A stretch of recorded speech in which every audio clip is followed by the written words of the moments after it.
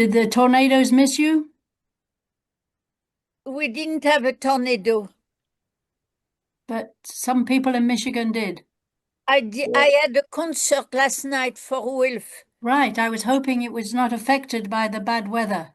No, we had 60 people.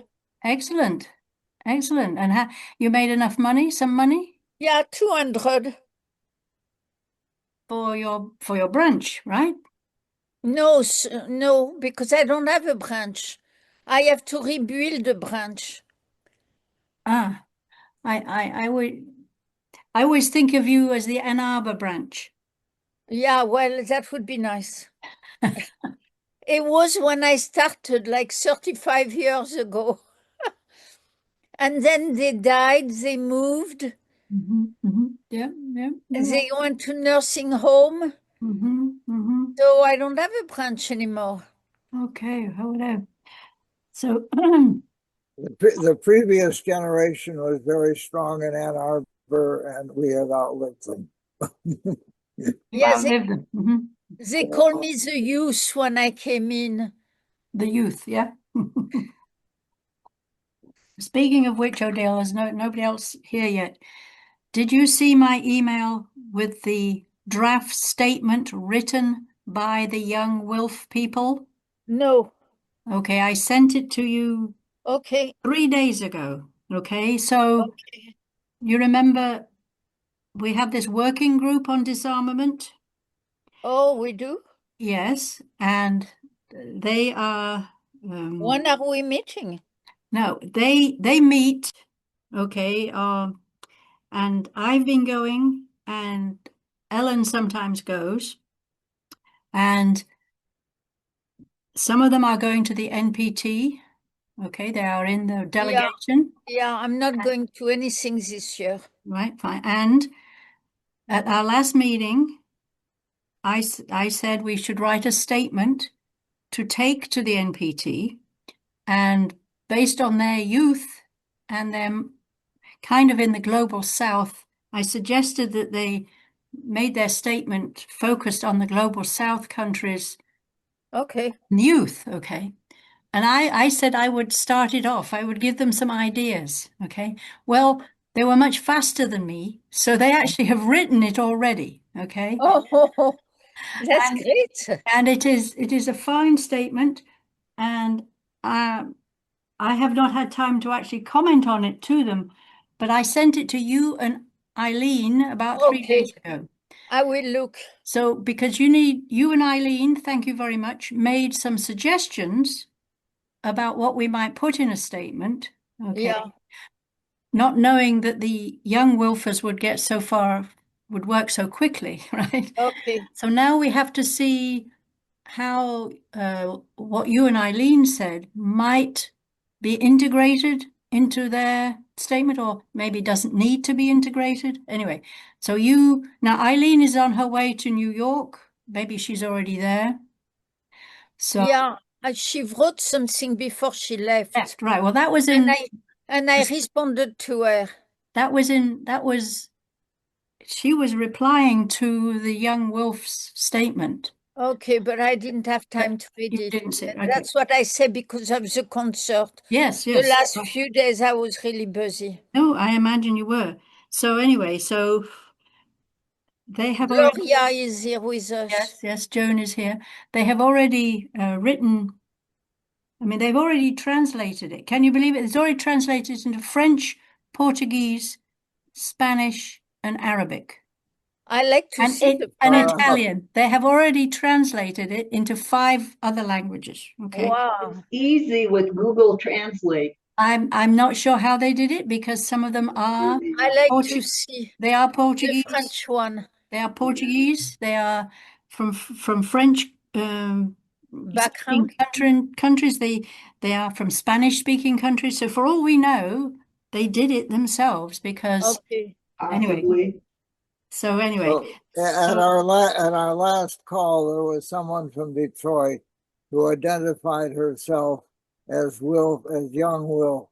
Is that functionally different from the Detroit branch of Laura Dewey and the people? Well, I sent their Is name. is there a new Young WILF organization in WILF that is functioning to make its own statement like this, or is this a spontaneous? May I reply for that? Because I've been attending some of them. Cheryl, may I reply? Yeah, no, because Can I reply, please? no, Cheryl?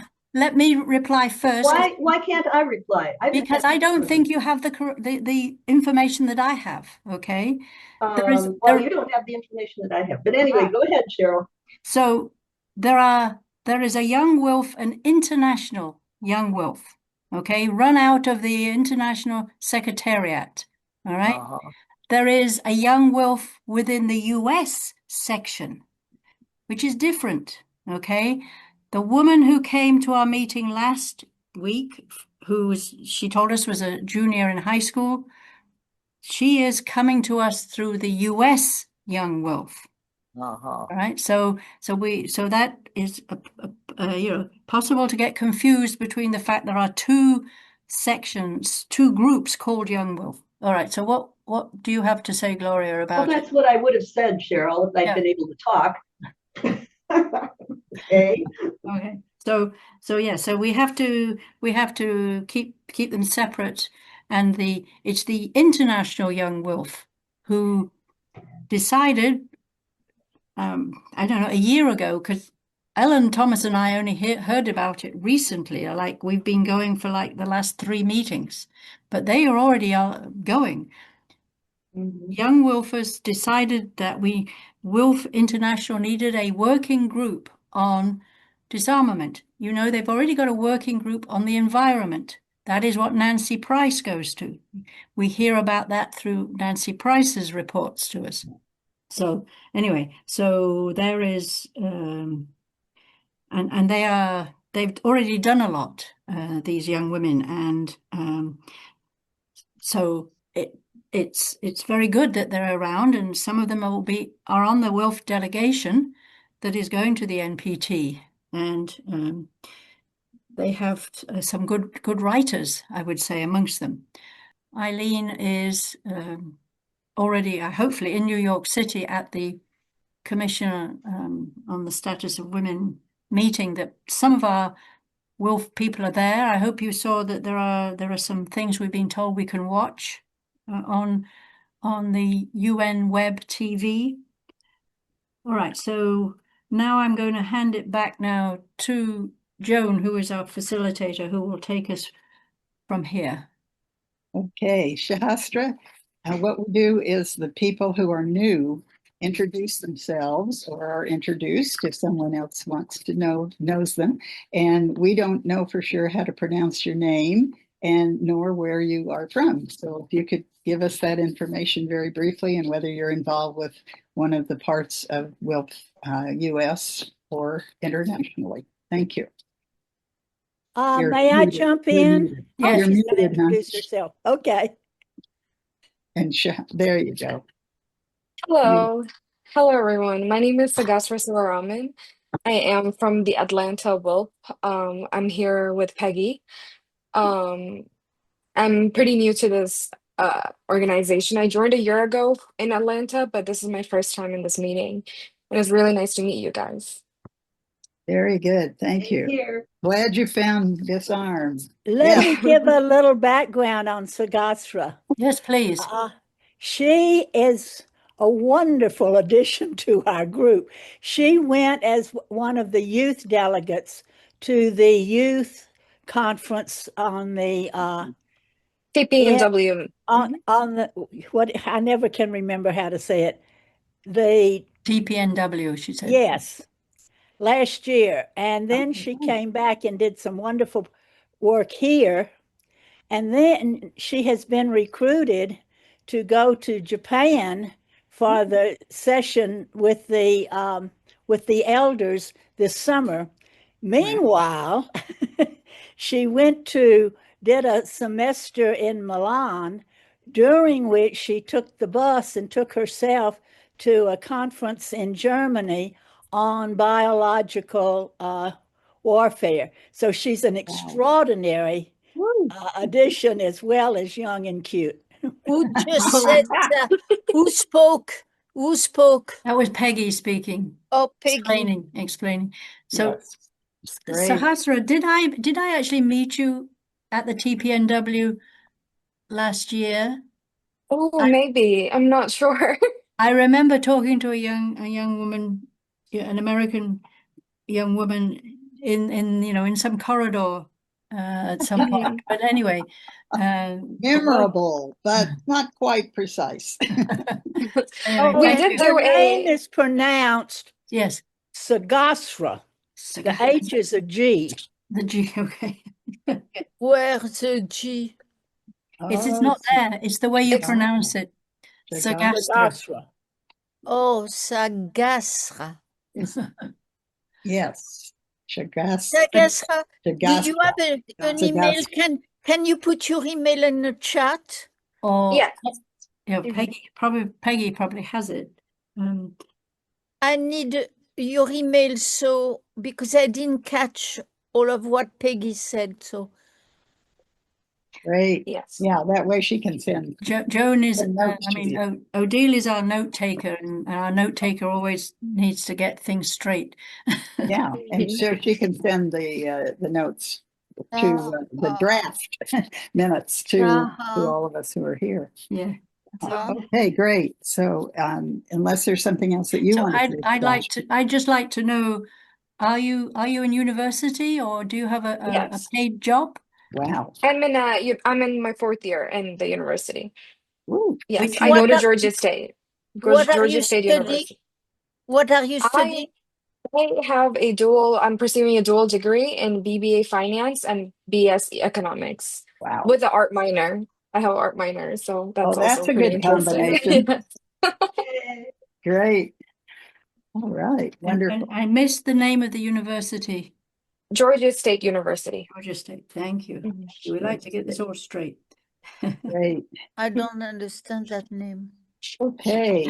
So I think we are about ready to move to item 3, which is approval or indication of changes needed in the meeting minutes, in our committee meeting minutes from the 22nd of February. Oh, I didn't read the minutes. And Nobody sent me any corrections. I know you only got them late yesterday. Yeah. and- I So did I find a didn't few get them. odds and it. Yeah, I'm sorry. Somebody else was speaking. No? Well, Okay. I just saw, I did look at the minutes.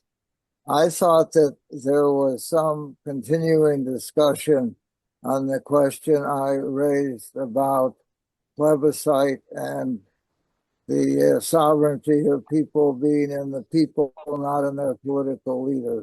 Can you direct us to the- what part of the minutes you're talking about so we can look Well, at I them? just didn't see it.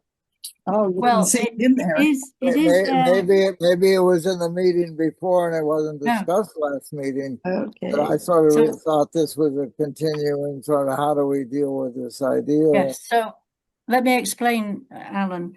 So if you look at our 8th of February minutes, you will see that we have quite a lot about your ideas of a plebiscite.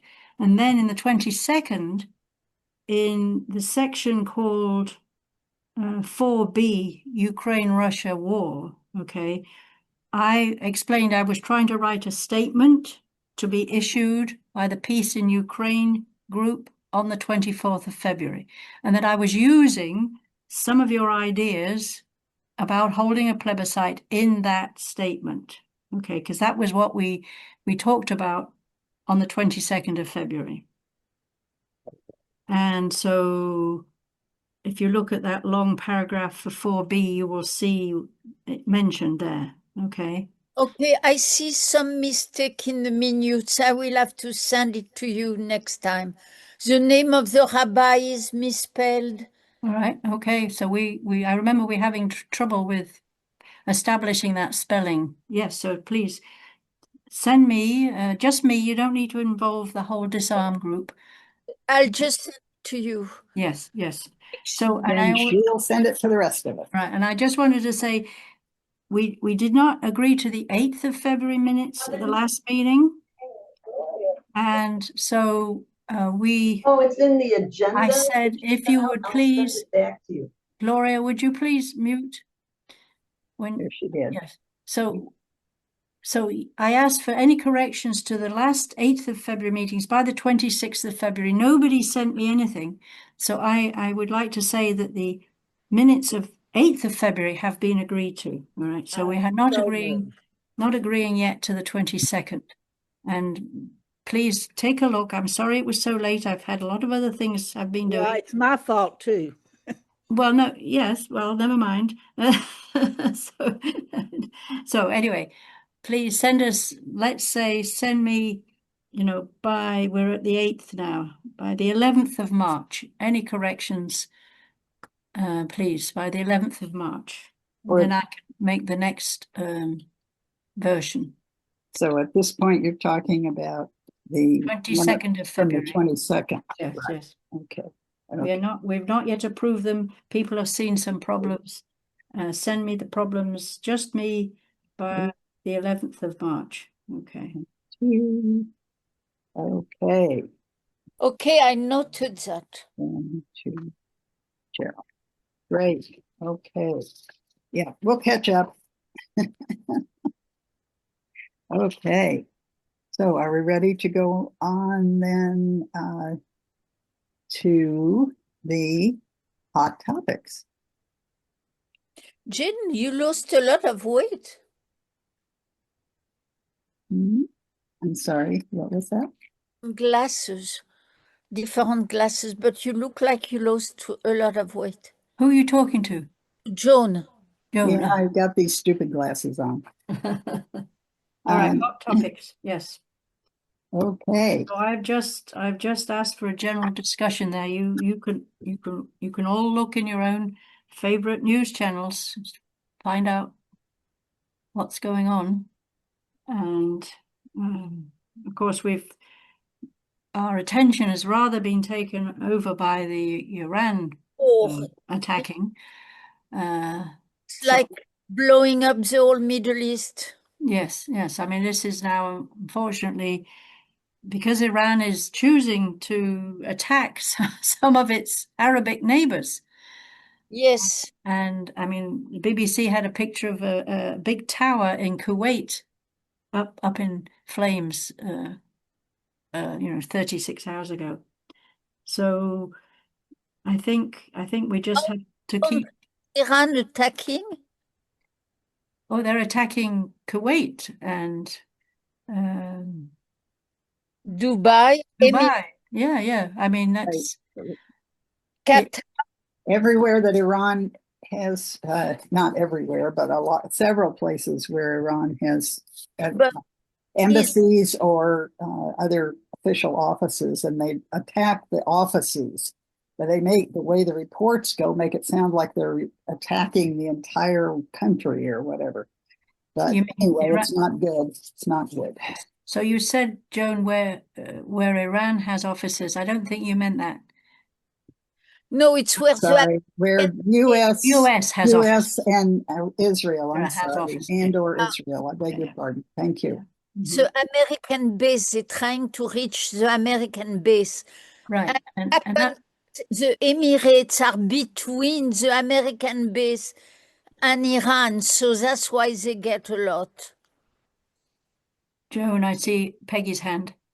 Oh, thank you. Yes, Peggy. Well, I wrote a note to raise under this topic about Iran because I wanted we're actually on Gaza at the moment. Sorry, I Peggy. thought you were talking about Iran. We are, because we've noted that our attention has been moved to Iran, and therefore we're somewhat ignoring Gaza, which of course we shouldn't do. It's nothing in Gaza. Nothing has changed. Nothing, yeah. The supposed ceasefire that is actually not being honored terribly well. Yeah. Okay. All right. So if you want, we go on to B, which is the Ukraine-Russia war, which again is continuing. And I just Ukraine wanted to help not Iran, but The US. maybe it's Iran. I don't know. And I It's- don't know because then it will. So You it's a wanna question of get- or drones. Bill, do you want to get your thing together and we'll let Gloria talk because she put her hand Oh, up. fine, fine. Yeah, sorry. And then we'll come back to you, Odile, so you can. And we should notice, of course, that Robin and Margaret. I'm sorry, and Margaret are here. Yeah, Margaret Pecoraro. So Odile, I'm sorry. Gloria, are you ready to? Yeah, I just want to follow up with that continuing draft of a text to whoever it is that's negotiating. I think we still should be paying attention to writing something so we can update it on the Russian-Ukrainian war, even if there's not an active this moment, because things change a lot. And sometimes they're negotiating, sometimes they aren't. But some of these points about Ukraine remain the same. It doesn't matter. It's about that Eastern Donbass and who will control what. That isn't going to change, no matter whether they're negotiating this week or not. Mhm. And I had that all spelled out pretty carefully in that draft. I hope everybody saw it, to Marco Rubio, who at that time was the lead negotiator. But you know, whoever's negotiating, these are the resource things they're fighting over. And I think that won't change. So it's worth looking at. If you want me to resend it, I have a number of points that are the main contested points. And a lot of this doesn't depend on who's negotiating. It's just these are the main points they're the sticking points of that 28-point program. And that's all I have. Do you want me to resend that draft? Probably be a good idea. Yes. Okay. Cheryl agrees. I know, Peggy, I think Peggy's Peggy? ahead of me. Well, Peggy? Gloria, I haven't seen, you sent a draft, a recent draft? A letter to Marco Rubio. It was out to the whole disarm, wasn't it? I think I sent it to the whole She's disarm. going to resend it, Peggy. Unless So I send it only to the not sponsors, to the chairs, and maybe they didn't say go ahead and send it. I thought I sent it I to think you everybody. sent it to everybody, and it wasn't that recent, Peggy. I think she did it at least 3 weeks ago. Yeah, it was a while ago. Only once, though. Maybe it's time to resend it. Yes. Well, I'd love to see it. Sure. Right. So I just, as you see in the agenda, okay, so as I said earlier in this meeting, I took Alan's ideas, I took some of our ideas from our detente statement from last December. I tried to put in all the things that one might put in a statement about needing negotiations to come to a conclusion. And I sent it to the Peace in Ukraine steering committee leaders, 2 people. Okay, I started with 2 people. I was trying to get a statement that Peace in Ukraine would send out on the 24th of February, because a lot of organizations did send out statements, because that was the anniversary, the 4th anniversary of the invasion of Ukraine by Russia. And unfortunately, those 2 people said they didn't like it. And they didn't like it sufficiently, but they didn't have time to revise it. I sent it to them so they could revise it. But because we were only a day and a half away from the 24th, the one man who would have been best to revise it said he had no time. So that statement was never sent, and lies dead in my filing system. So I'm sorry. I started rather late trying to do this. Peace in Ukraine is an enormous coalition. I believe there are over 700 people on their email list. Okay, Wow. and from the beginning of the war between Russia and Ukraine until about 6 months ago, it was a very active coalition. We would meet, monthly, and we'd do things. And then it kind of, it got very quiet. And so I was trying to rejuvenate it, doing something, because the main message of the Peace in Ukraine coalition was diplomacy, damn it, quit the fighting and come to some agreement over the Donbass. So anyway, so that's I just wanted to mention that in case you all thought, well, where's Cheryl's statement? It was not, it was rejected by the leadership. Okay. Did they send something else out? No, they didn't send anything out, unfortunately, Robin. But it's not like they did something themselves. They said they were out of time, but everybody is so damn busy working on all these other wars. And at that point, you know, Trump was threatening Iran. He hadn't yet actually started bombing it, but everybody was working to try to prevent him from bombing Iran. Of course, we were not successful. Okay, I see Alan's hand up. Yes, Alan. Yes, well, I think that whatever this group did, that two people decide for a coalition of 600 seems, you know, Steering committee. phase. But anyhow, for ourselves, we should take the statement that you had and what Gloria sent to the government and try and put together an adequate statement from us for now.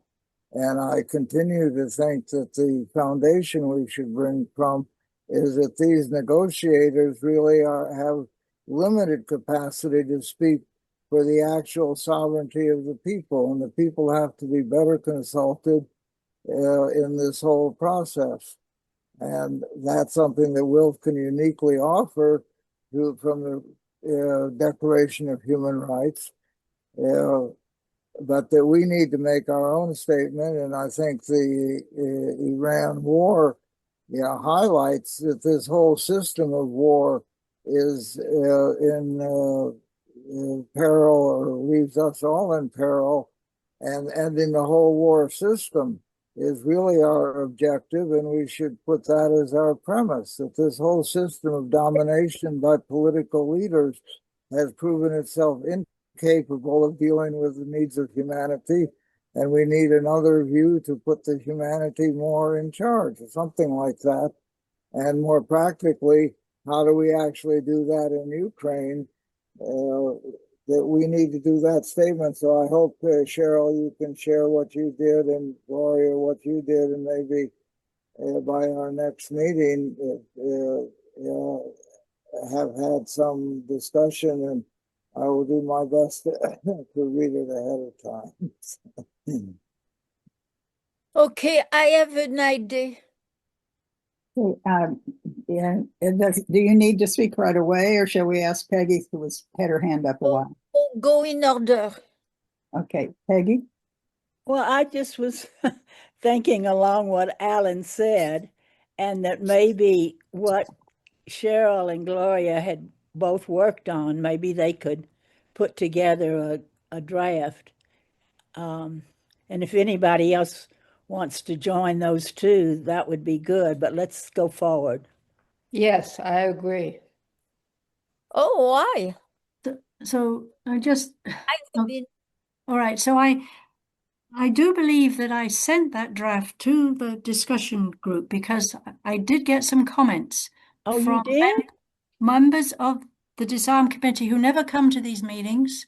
Remember, there's over 60 people on this committee email list, of which maybe 25 sometimes come and 12 of you always come. Okay, so some woman who I've seen her before, poo-pooed your plebiscite idea, Alan. Oh, well, they've already done a plebiscite, So I actually spent a lot of time researching how those so-called plebiscites happened 5 years ago, wherever it was, and the opinions and the fact that they were observers. I followed up. There were 8 countries who sent observers for those plebiscites that happened in the Donbass, and found that some of them were discredited as observers. I actually spent hours trying to respond to this person who had said, "Oh, plebiscites, they've done that." So anyway, so Good. this is and then Iran got bombed, and and I have so many other things to do, so I dropped the whole thing. So it's I'm not going to have much time in the next week and a half to do anything. I'm about to go to a physicist conference with 14,000 other physicists, okay? And I have responsibilities there a week in Denver, Colorado. So I would say, Alan, that you are well equipped to take the statement and work with Gloria to see if you can merge them. If that seems to be the meeting here is feeling that that would be a good idea. So Yes. Alan, you are capable of doing that. You don't need to depend on me. Okay? Because I'm not going to be available to do it in the next week and a half. Okay. So I see Odil's hand up. So who has agreed to take over this next step in the process? Does everybody else know who agreed to take over from Cheryl? For the Alan, I- can you? I'll certainly participate. Gloria, I'll work with Alan. I have some of the same issues that woman who's being so badly dismissed in these comments, because that old plebiscite was under martial law, and a lot of those allied countries, some of them were places like Belarus, and they're very allied with Russia. So Right. it wasn't just Western whim. There were real problems with the plebiscite, and I Right, well, was that's all what- for it, except that then I realized, well, yeah, it may be a forced vote under a martial law. Right. That's what I So found what out. could I finish? So what I think we would have to do is to come up with better safeguards, guardrails on a plebiscite that wouldn't be so easily knocked down as that one was. Right? well, let's see if we can generate a draft to share. We got 13 minutes into our 20 minutes. They're looking at hot topics, and maybe the conclusion is that we need to put a draft together for ourselves, and anyone who can help, please do. Sure. And will the two people who's agreed to work on this, especially since Cheryl's not going to be available, will you please put your names in the chat so that we all see who you are? Maybe everybody else got it, but I have them, Okay. but they should put their name in the chat. And I have an idea Mhm. about Iran that we should ask Charlotte Deney to speak to us. Phyllis, We could have a webinar with her because she's very knowledgeable about the pipeline and about Iran. And Charlotte Deney is a WILPF member. Right. It's been suggested before that we do that. That was before Iran was bombed. That was when we were all worried about Venezuela. So now, Robin, you are a friend of Charlotte, right? I mean, we're all friends of Charlotte, but you are in particular in touch with her. Would you like to feel her out for bringing together Venezuela, Iran, oil? Do you think she'd be available to do that for us, Robin? I think she would love to do it and she would be good at doing it, and I'd be glad to do it. And when is the next meeting? Well, I think what Odile is suggesting is a webinar, which is not the same as a meeting. It's okay. a separate thing, whole separate 1 hour Zoom. Invite other people. We could invite other WILPF members. Oh yes. Mm-hmm. Not just for us. No, we would organize it. Mm-hmm.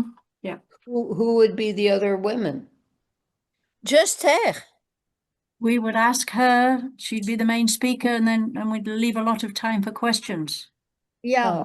Unless somebody else has another person they'd like to invite. I mean, Phyllis Bennis is always very good, but she's already appearing in various places where you can listen to her. So We do have a WILPF member from the Middle East Committee who is in Boston. She's a professor and she's Iranian.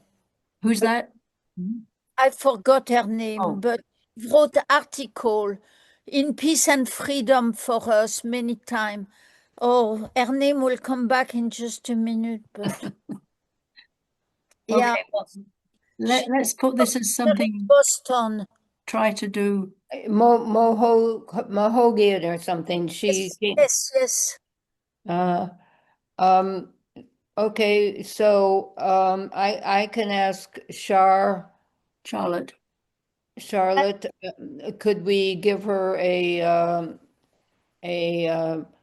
honorarium of like $100? Yeah, Probably. that'd be nice. Do I Okay, hear a motion? I move we give Charlotte an honorarium of $100.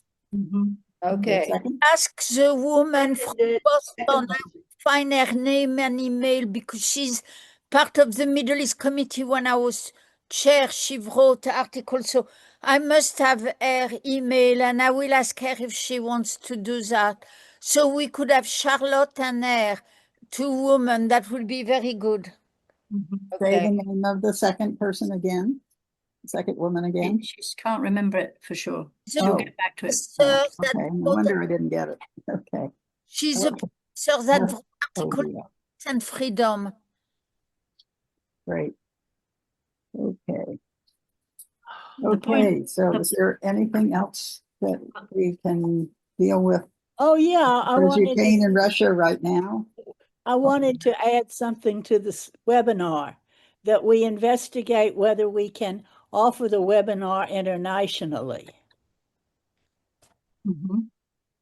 Would it we at a need to time. do translations? And Oh, I maybe- have a Oh, no, suggestion. just through, I- just Yeah, what just about the Guam? question What can about we- Guam? that we investigate whether our webinar about Iran from WILPF US can be offered through the International Secretariat to WILPF internationally. Mhm. Mhm. We can ask, yeah. Also Guam. That Well, will make it seems Robin should negotiate with Charlotte what she wants to do. If First. she wants to do this, and the wider the circulation, the better. But the first state is, can Charlotte do this? Is she up for it actually, and how soon? Okay. And So let me just be clear, the mission is Iran and Venezuela, the oil Pipeline question. there are some underlying reasons why the US feels it has to attack these countries. Uh-huh. It's as you know, President Trump keeps changing his mind as to why he's attacking Iran, and so do the people around him. They've given all kinds of reasons, but often, and this is what Charlotte hopefully will explain to us, at the root of all this is the resources that these countries have. Venezuela has the largest oil reserves of any country in the world, and I'm not sure where Iran sits on that, but the most. oil is the access to oil in the ground is often a reason for past wars and for current wars. But that we're depending on Charlotte making those connections for us. Mm-hmm. Okay. Well, I mean, the Venezuela one is very clear. I must admit, I'm not so clear in my mind as to where Iran has a lot of oil or not. Oh, It does? that's why we had the shawl. That was BP. That was the first Okay, fine. nationalization. Okay. Thank you. Okay. So fine. Gloria, did you want to say something on this topic? Yes, I do. I have my hand up. Now wait a minute, because I've been waiting so long. Hold on, give me a second. Oh, I guess I've forgotten it, but hopefully I'll get picked on sooner next time. Always good for us to jot down what we want to say, right? Oh, yeah. At least the main basics. Okay. Shall we go on then to the next? Well, I just wanted to say in the agenda, I put two statements that, WILPF MEPJAC wrote a very good statement that they issued by email. I don't think it's been put on our website yet. We have this brand new website, and I couldn't find statements and resolutions anywhere on the new website. So, and then International WILPF again sent us 2 or 3 days ago, sent a statement that is there in the agenda. So if you haven't read those statements, I urge you to do so and use those as your, your information to help you write to your Congress people, because everything usually comes down to the fact we have to tell Congress. And, unfortunately, the War Powers resolutions both failed by not very many, but they failed. So I don't know if Ro Khanna and people are going to bring them up again or if you're allowed to. But, we currently, the president feels he has carte blanche to do what he likes. And of course, he's got Cuba in his sights, which is another very disagreeable thing. Peggy, yes. Well, this is where I had made a note that I wanted to speak on the Iran resolution coming from the international, that I wanted to emphasize the value of volunteering or self-nominating to serve on the international committees and tasks, especially now that their staff is going to be so cut. I drafted with a WILPF statement with a woman that I met on the nominations committee, separate from our activity on the nominations committee. And we responded immediately, and we sent it in immediately, and it eventually produced that longer statement that we got. And I'm glad to see that it included raising the contradiction between advancing women's equality and feminism ideology being used as a CIA tool for legitimating regime change, for recruiting regime change agents. This is an important issue for progressive women everywhere, and Will's history is uniquely qualified to confront and hopefully make breakthroughs to some higher synthesizing by resolving that contradiction. I'm not proposing the resolution, but I'm just saying that facing it was included in this resolution, and I was very glad. And I think beginning to face that internationally is an important thing, that WILPF may be the only institution that can do it. Is it possible for you to put a way for us to find that, what you were just referring to, into the chat so that we can? Well, it's in the international resolution. It's not a resolution, it's a statement. You mean the statement that I put in the agenda? Okay, it's quite long, right? Yeah, the part I'm talking about was shortened, but it is there. But who made that statement? Okay. I should note that it's 6 minutes more than we expected to be talking about these topics. Thank you, Alan. So just, I want to be clear what Peggy is saying this other woman has said. So somewhere there are CIA agents that's an allegation, not substantiated, right, but it is a widespread suspicion. All right, and tell us again what that widespread suspicion is? That feminist ideology is used to recruit regime change agents. Okay. Hard to believe, isn't it? So, but that's... Well, it was, it was a rumor at the time of Yugoslavia's dismantlement. So it's a long-standing rumor, but it's a rumor. But there is a rational basis for it, if not in fact factual. The Palestinian woman told us that many times. Okay, so, all right. So people say they want regime change, okay? Does it matter? Does it matter that the CIA also wants regime change? You're initiating the discussion. I'm just saying this is an issue that merits that kind of discussion.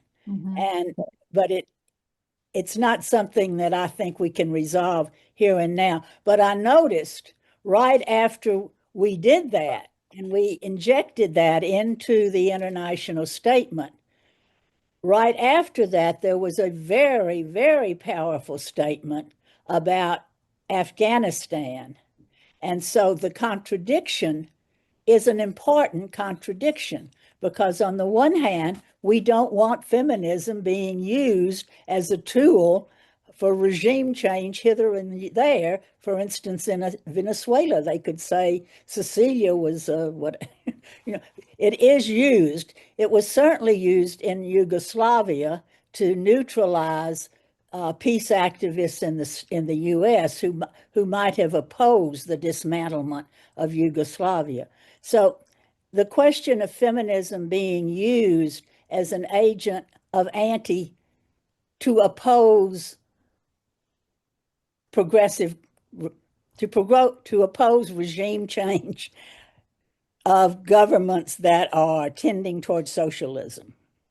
Can you send us to some text about this, or can you send it to us later? Can you put it in the chat, or can you send it to us later?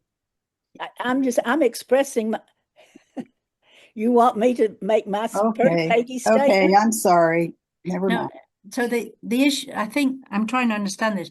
I think the question is, in which direction is the regime change happening? Is it happening from a repressive? The regime change usually happens in an anti-socialist way. Right. And often, I mean, this requires a lot of research. I'm spinning off the top of my head without documenting, okay? But I'm 87 and I've been following this since I was Sagastra's age at Wellesley College, okay? It is often related to oil, which is often anything that you could share with us in writing, and therefore it would go to other people as well, would be good. And if you want somebody else to work with you on it, that would be great too. Gloria's been waiting quite a while, and now Sapara has also been waiting, and Odile. Okay, I guess I'm first in the slot here.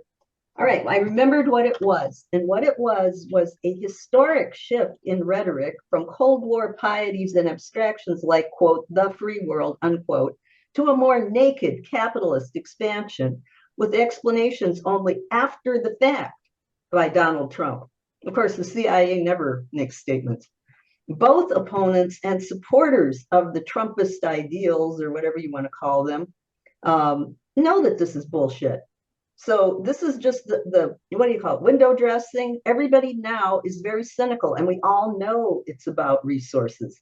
However, I agree with what Peggy said, because I've been on this for a long time about feminism in Bosnia, and they completely crucified the Serbs with this raping Serb narrative they had. That was rhetoric put out by the CIA. You'd call it ret ops.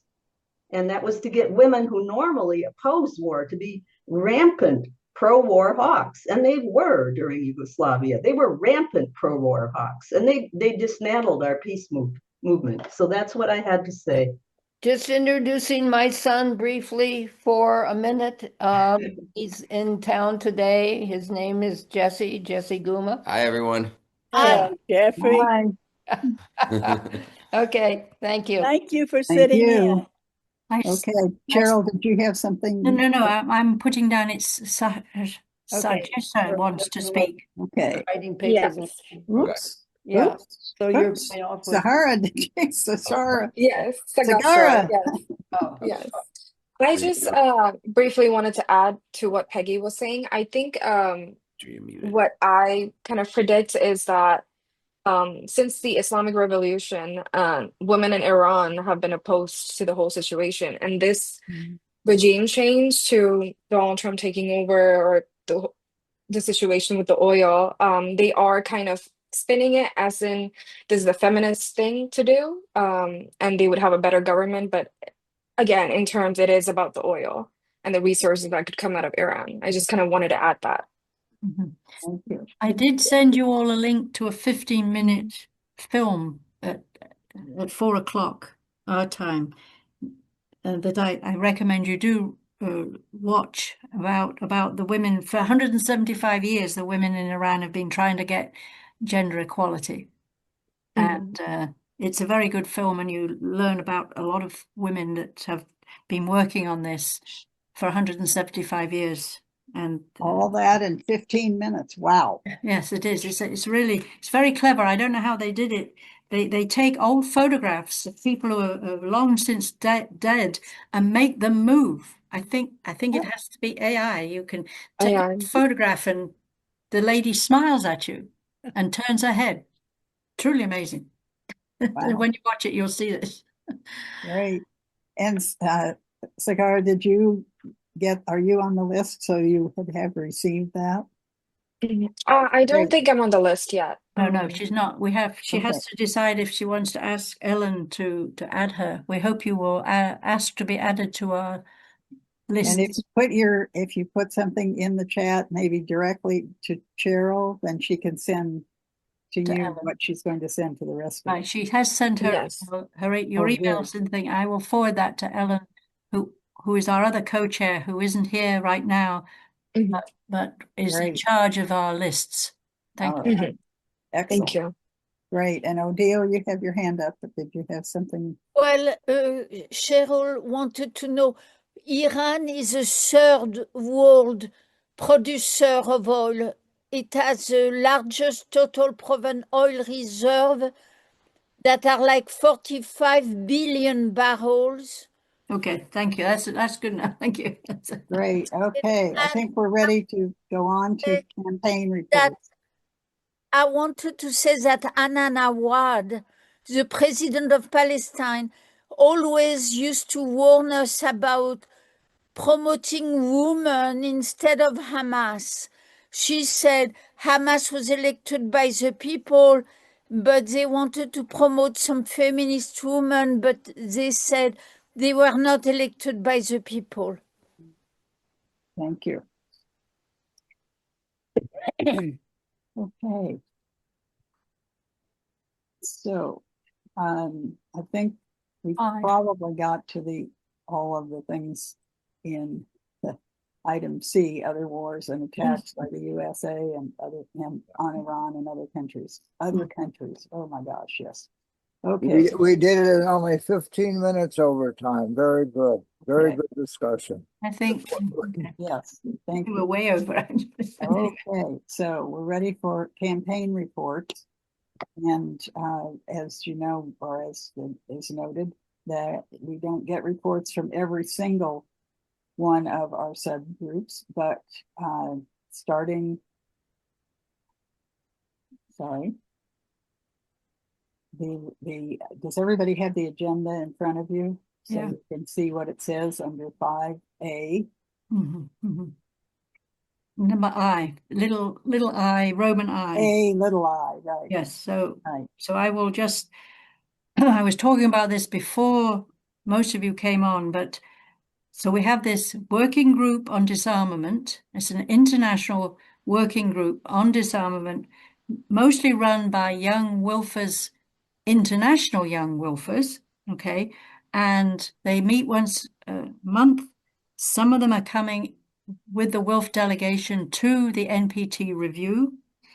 And we decided at our last meeting that we should write a statement that we would then distribute once we got to the NPT, much like I wrote a statement with Code Pink for the last NPT review.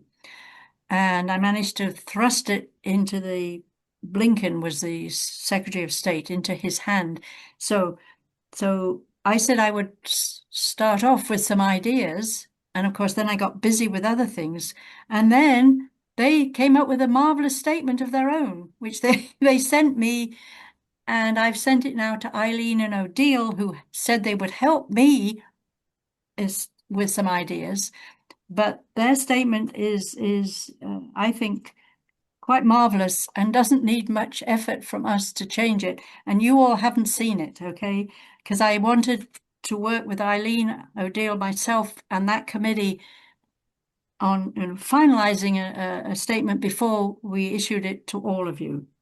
So it concentrates on the problems that nuclear weapons have made for what we're loosely calling the global south, okay, which includes the Marshall Islands, includes Congo, where uranium mining is a problem, in Australia and places like that.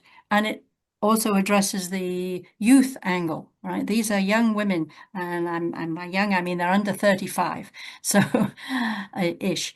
Anyway, it's a statement that I would be happy to take with us too, and then it addresses all the diplomats. It's to all the diplomats at the NPT to really, make some progress, because there's an article in that NPT that says, Article 6, it says that the countries that do own nuclear weapons will proceed to work on disarmament, and they absolutely are not. Okay, so See yes. the agenda, the young people's report. So you see what, Odile? I do not see it on the agenda, the young people report. It's little I, 5 little I, continue to press for disarmament. 5 little. Okay. We'll report on the draft statement. That's what I'm doing. I also just asked you to make sure you will read the article I write for E-News in March. Okay, and then the last thing is Happy International Women's Day, everybody. And I'd like to know, were any of you out? I was out on, well, I got my branch on Friday, because every Friday we do a vigil, as I've told you many times, at lunchtime at this very busy corner in Palo Alto. So we changed that to, first of all, it was just going to be about the ERA. It's time to pass the ERA, damn it. Okay, and that I'd already arranged that, publicized it through the Women's March website, which has hundreds of events. And then, of course, on the Saturday, I did that the Friday. The Saturday morning is when Trump started bombing Iran. So then I added to our topic, end the war in Iran, no more war, no more bombing Iran. So we had 2 topics, and 15 people said they would come, of which 5 came, and then there were another bunch of people who didn't say they would come, but they came anyway. So we had a demonstration to remind the people passing by in the thousands of vehicles that pass in 1 hour at that very busy corner, that we needed not to continue to bomb Iran, and we needed to pass the ERA. So what did anybody else do for International Women's Day weekend? Peggy, I see your hand Well, up. I wanted to report on International Women's Day as organized, something that was organized at the Latin American Solidarity, but I'm going to report on that later.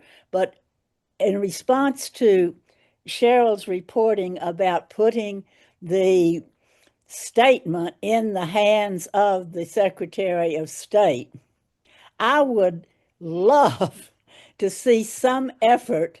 She can't do it herself, but if there were other people who could organize an op-ed, and photo op of her doing that, Yeah. it would be divine.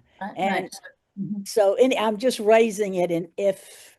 Yes, I think I saw that thought, Peggy. Thank you. Last time I was able to do it because the US actually had a meeting, and it was a Democratic president and government we had then. So they had a meeting in one of the bigger rooms at the UN, and anybody could come. I can't remember what they were supposedly talking about, probably nuclear deterrence. And so the Secretary of State was there, the head of the table, okay, and I knew who he was, and so we're all allowed in the room. So I dashed up and handed it him, right? I'm afraid, based on our current government's attitude towards the UN and nuclear weapons, that they're not going to have such a meeting. I'm guessing, because the schedule for the whole meeting has not been announced yet.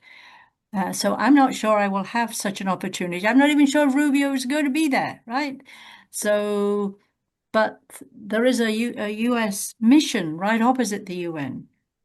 And at the very least, I will deliver I have multiple copies of this statement. I will deliver the statement to the US mission. Well, Okay. get a picture. And thank you. These days, yes, back then I didn't have an iPhone back then, and other people were less facile, but now we have a lot of iPhones and what have you. Yes, so I will make sure there's somebody with me who will take a photograph if I manage to, But this is okay, it is addressed to all the diplomats. So strictly speaking, we should try to give it, to France and the UK and so on and so forth, because they're all the ones who've got nuclear weapons. And as somebody pointed out, India and Pakistan have not signed the NPT, and they also have nuclear weapons. And so they're, in fact, other people say that is the more likely place where nuclear weapons are going to be used in all the possible scenarios that you could imagine. So it's very important to address our worries to India and Pakistan. All right. So that I think that's all I really wanted to say. So anybody else go anywhere for International Women's Day? Did your husbands take you out for brunch? I had a concert last night. Yes. We spoke about WILPF a few times, and I had many magazines and a flyer about membership, and we had 60 people that came in. So, and we made $200 for WILPF. So there was more money, but we had to give for the room, for the musician, and all that. So anyway, it was good to do that because it puts the name of WILPF into the community. And I want to rebuild my branch, so that's one way of doing it. We will do it again. Yes. He and Thank you. Robin are visually saying yes, yes, and so is Tara. Great. Anybody else before we move on? We don't have anyone here for the report on the Norton bill, but I think there have been reports about that Ellen Thomas is working to find a new sponsor for it, because she thought that she was going to get participation from, and may still hope to get participation from from Eleanor Norton's staff member who is running for that seat at this point. Yep, short report. Pardon me. Say what, Dodia? I have a short report on the coalition action and webinar, because I was on Instagram and suddenly there is a METO. It's an organization for Middle East Treaty Organization with Sharon Dolev and her co-worker who is Iranian, and they just came for half an hour and said that they are continuing their work on a weapon of mass destruction free zone in the Middle East. Even though it's a difficult time to do that, but they came on a webinar and I took some note, but I don't see them right now in front of me. So you will share the notes when you can get to do that. Yes. So Odile dashed to number little 3. That's why she's talking about. Yes. Yes. Triple I. Right. So. Okay. So we don't have anything on Nortonsville at this point. Yeah. Right? So nothing new. Actually, Eileen was the person who was going to try to reach Jim McGovern, and she's not here to tell us what's happened. Okay. Right. So just moving on to reports on actions with other coalitions. People over the Pentagon. Yeah, sorry. Just wanted to mention one thing. I did have the opportunity to go to the Geneva meeting for the BWC, and I did meet members of METO that previously was mentioned. So if we need any sort of contact, I do still have the contact information.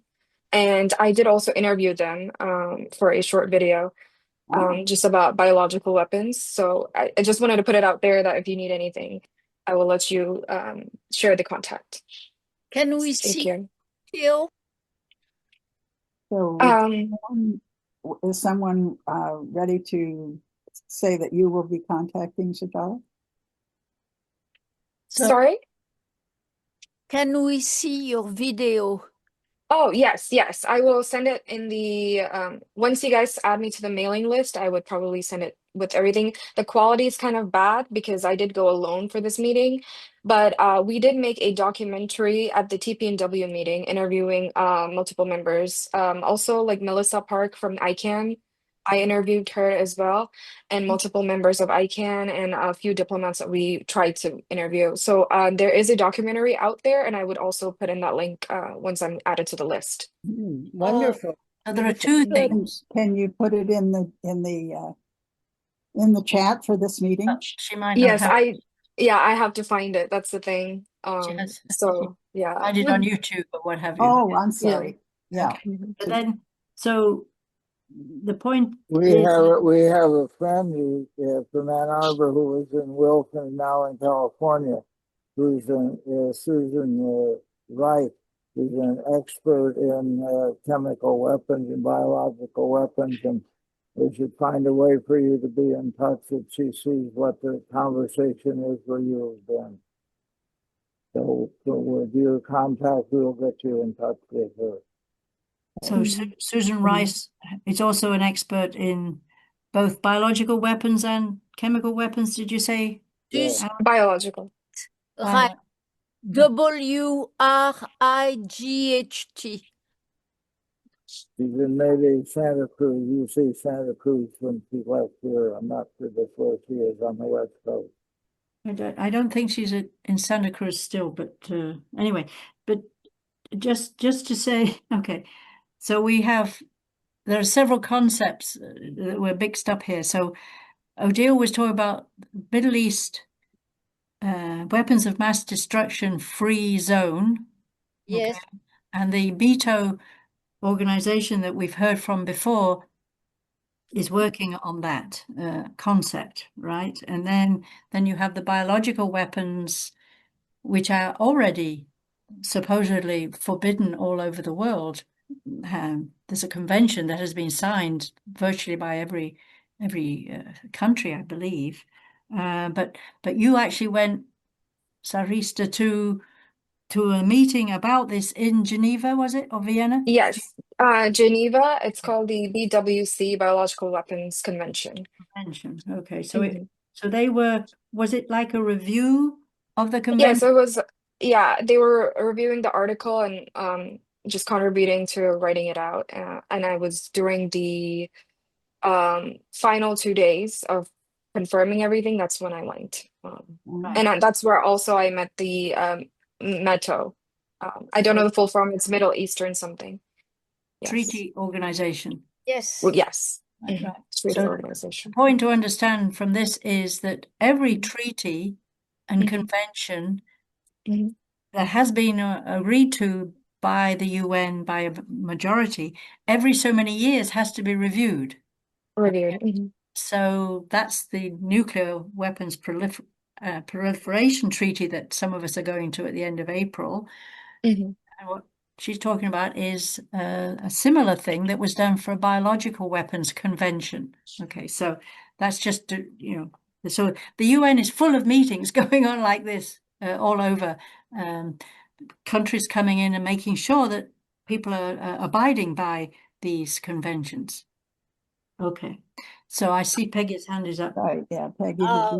Well, I'm just thinking, I didn't know, Sagastra, you had done that. And I did know about your interview during the NPTW. Mhm. And I was wondering if anybody here, I would love to encourage her to do an article. I think she probably has written something for her in her a paper or something already about both the biological weapons and about the interview. And I would like to encourage her to get it published in Peace and Freedom. And I don't know how to do that.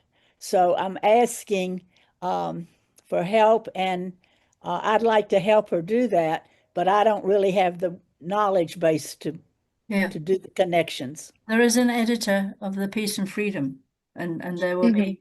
there's a request for articles sent out every so often. Mhm. Did you see It that? would be, I was working on a statement because I did go through Peak Institute. It's another organization that's also who sponsored us to go to the TPNW meeting. So I was going to write a statement. It's in the making, so that would be great if I could do something with it. Now that the topic is up, I just wanted to kind of ask, is anyone from WILPF going to the NPT? Yeah, yeah. There are Okay. 5 of us from the US section, Hmm. including myself, I, and then there's yeah, 15 altogether from WILPF. WILPF. Okay. So, Yeah. so they are coming from places like Austria and Nigeria, Mm, Afghanistan.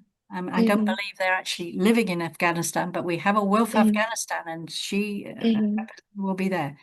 And then Hmm. Rick Hutchison will go there from Reaching Critical Will. So Hmm. 15 altogether, 5 from the US. Hmm. I will go for a week. And then Hmm. we have 3 other women who live in New York City who are delegates. Hmm. And I'm Hmm. hoping that they will continue to go for the remaining 3 weeks after the first. Great. Okay. Hmm. These meetings, some of them are Yeah. very long. So, Hmm. and Yes, yourself? I was wondering, so me, when I first went to the TPNW, I was with 4 other students. They're all guys from Peak Institute. We were actually kind of discussing with our mentor over there for going to the NPT meeting, but unfortunately, the funding and the organization is pretty low, so we would have to self-fund.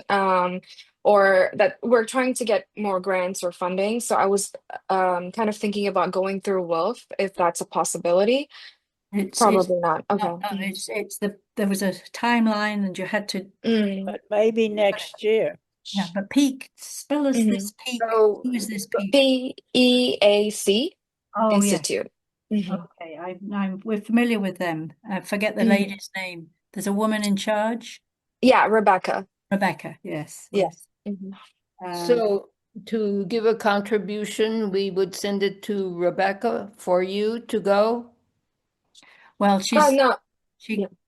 the timeline for applying to be a delegate has passed, Hmm. so Hmm. I think it's too late for them to get added to any WILPF delegation. delegation. Any delegation, any NGO delegation, the time is Oh, okay. Even the passed. Peak one. Okay. Yeah, we're all NGOs are under the same timeline schedule, Hmm. and it was like 5 weeks ago.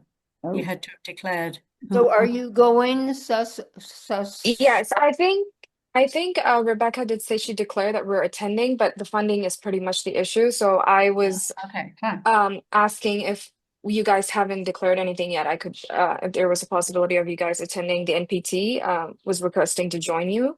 But if that's not the case, then it's totally Yeah, fine. But I would just, yeah. but if Rebecca has already put in for Peak to attend and Hmm. got your accreditation, then all Hmm. that matters is the money. Right. Yeah. Right. So Robin, it sounded like she had an offer. Robin? yes, I would like to contribute. How do I make the checkout? And where Thank does you she so much. send it? I'm not sure. I'm gonna talk to the rest of the students in the team, and then I'll let you guys know. Well, Um, you need Robin's email address. That's what I was thinking. Yeah, well, it's just Robin Lloyd 8, number 8 at Gmail. okay. Can you And in Lloyd is LLOID. can you put Robin is spelled just like the bird. the chat, please? Yeah. Yes. Thank Always you, good to Robin see you. Lloyd. Mwah, mwah, mwah. Yay, Robin. Thank you so much. So and I think it's, I don't think you should feel badly that if you can go and the other students cannot, if they're not able to rustle up funding and you have been able, Mhm. I don't think you should feel guilty for going Okay. without them, is what I'd say. Yeah, that's true. Yeah, I hopefully we're hoping to get everyone funding, but we'll see. Right. Thank you How so much. will someone put your information, someone in the delegation, otherwise known as Cheryl and maybe others, put your information for contact so that she can contact you and you can Right, connect? right. Yeah, no, I will put that in the chat because, well, Peggy Yeah, knows. and get and intersect, interconnect with her with the young Wilfers there. Yes, yes. Yes. I'm actually really excited to meet the other Wolf members that are younger. Once you mentioned that, that's the first thing that was going on in my mind. I've been trying to get in contact with the young members, as well as I'm in this I'm a part of this 100 participants from the Youth Leader Fund. I don't know if you guys are familiar with that. It is a program sponsored by the Japanese government and the Disarmament Office of the UN, and it's called Youth Leader Fund. It's sponsored by UNODA. That's like the acronym. So 100 members were selected out of 8,400 people around the world, and I ended up getting selected, which was insane. Out of the 100 members, so we did have kind of a 6-month long course of disarmament education based on nuclear disarmament, and some stuff were biological and chemical. The course is done, and now they're selecting 50 people out of the 100 to go to Japan. I actually recently got selected, so I will be traveling there as well in the end of June. Um, and we would be presenting something, and I do want to work on something to do with gender and disarmament. So if there is any advice or any topics that are interesting, please do send them to me. I would love to do research on it and bring it up at the meeting in Well, Japan. Reaching Critical Will. Have you been Mhm. to their website? Right. No.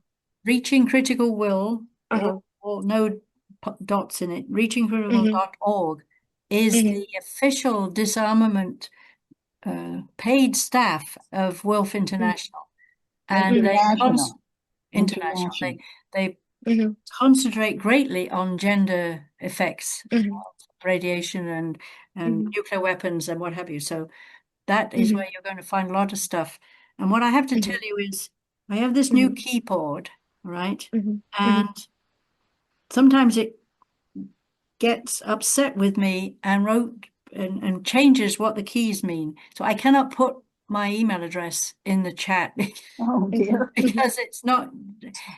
I hit the @ button and it puts 2. I hit the A and it puts X. That's So because it's in a different language. no, and yeah. So last time I just have to restart everything. I'm not going to. Okay. So Peggy will give you my email address, Sagrita.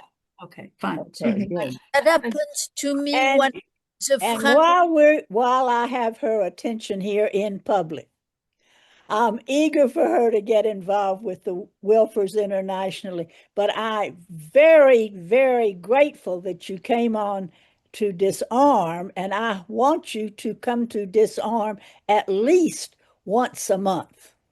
If Of not every course. meeting, at least once. We have Of course. two meetings a month, but it sounds like you've got a lot of other meetings. So Peggy is asking you to commit.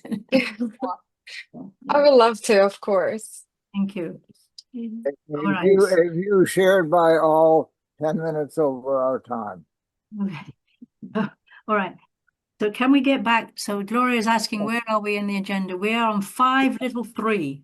I was trying to tell you about the people over the Pentagon, and we got sidetracked into various things. So all right. So the NDAA, you've heard me talk about that. The president hasn't sent his budget to us yet. Okay. But they are currently asking for, I don't know, an extra bolus of money this year because they're fighting this war in Iran, which somebody has said is costing us at least $60 million a year. Yeah. Excuse me, a day. A 60 million day. a day, pardon me. $60 million a day, at least, to fight this To attacking kill Iran people. that we don't want to happen. So somebody is trying to get in this particular, most of the money we're talking about NDA is for next fiscal year. They're trying to get an extra, I don't know, $500 million to get our taxpayers' money to help them pay for this bombing of Iran. So there are efforts to stop that, and I will tell you, I will send you emails if there are particular letters I want you to send. Right. Now, I missed this 4th of March urgent call by WILPF International, although you've seen the statements and what have you that they have sent out. All right. Did anybody attend the 4th of March WILPF International urgent call? No. No. Okay. But I think the result was what you've seen in your recent emails about statements and what have you. So we got one just the other day, I think, just today. Did I get one today? Yes. Take action this International Women's Day. Would you please all look for that when we finish this meeting? Take action this International Women's Day came to me at noon my time today. Okay, so that's telling you all the things that they want you to do for all these crises that we're currently in. Okay, so all right, that was and so I went to I've been to several webinars, but the particular one I was going to talk about here was it's Abolition 2000 is a group of people that, again, it's a coalition that we are part of. Been working since 2000. Well, they started in the 1980s and they thought by 2000 they'd have abolition of weapons done and dusted. But we had, so they call themselves Abolition 2000. Well, here we are in 2026 and we've still not got them abolished, but they are working hard on, and they are great believers in using international law, and the International Court of Justice has made statements, and courts make, determinations that it's illegal to threaten to use nuclear weapons or actually use them. And so this is lots of things that they're trying to do. They will also be at the NPT trying to persuade countries, that the humanitarian aspects of nuclear weapons are one of the main reasons we don't want them to be used, because they kill civilians. If you have a war, the rules of war are you only kill combatants. And nuclear weapons definitely break that rule, because you can't, a nuclear weapon bomb is so big, its destructive force is so large, you're going to get civilians. Of course, we have civilians being killed in Iran and Gaza and Venezuela and places like that already. So, and then just lastly, that there will be a meeting tomorrow. There's another very large, loose coalition of all the organizations who work on arms control and getting rid of nuclear weapons. And I represent WILPF US there, and we'll be meeting tomorrow morning on what are we going to do. We've lost New START, we're bombing Iran, and all these topics are coming up, and so strategies are being worked out how to tackle that, this rather large list of problems that we're facing. Okay, so just a funny story I want to tell you. I'm also a member of the Institute of Physics, which is the English Professional Society for Physicists, because I was educated there, got my PhD in England. So there was a talk by the web, a historical talk on a woman who won the Nobel Prize in Physics named Maria Goeppert-Mayer. She won it in 1963. But she's one of these women that, she never could get a proper job. She was doing all this marvelous physics research, but nobody ever gave her a proper job. And then finally, she actually got the Nobel Prize. She was in the same class in Göttingen in Germany as Robert Oppenheimer. You've all seen the film called Oppenheimer. You might recall that there's reference in that film to him spending a year in Göttingen for his education in Germany. She was in the same class as he. Okay, they're 20-year-olds. Okay, and apparently he was such an awkward person. He would interrupt the professor so much and ask show-off questions that she made a petition. So Maria made a petition to stop him from doing that. What the man giving the lecture, and I forgot to ask later, I don't know if the petition had any effect, but anyway, this lady who lately, 20, 40 years later gets the Nobel Prize in Physics, as a student, saw Oppenheimer for the upstart, know-it-all, big-headed person. So yes, and she did this petition to stop him asking these questions of the professor and interrupting the flow of the professor's explanations. And the professor himself got the Nobel Prize in Physics at some point. Anyway, just wanted to tell you that funny story. Thank you. Nothing like a little levity and history. Peggy, you have your hand up. Did you still want to say something? Well, I had something about meetings with other coalitions. I met with the Latin American Solidarity Coalition that Code Pink convenes. And I was very excited to find that there were people there there is a Mexican Solidarity Committee, there's a Nicaraguan, there's a Cuban, and also there were representatives of the Friends and the Black Alliance for Peace. And they called for us to observe International Women's Day by agitating for the release of Celia Flores, who was arrested with her husband, Maduro. Yeah. They also are organizing protests, boycotts, educational opportunities for politicizing around FIFA.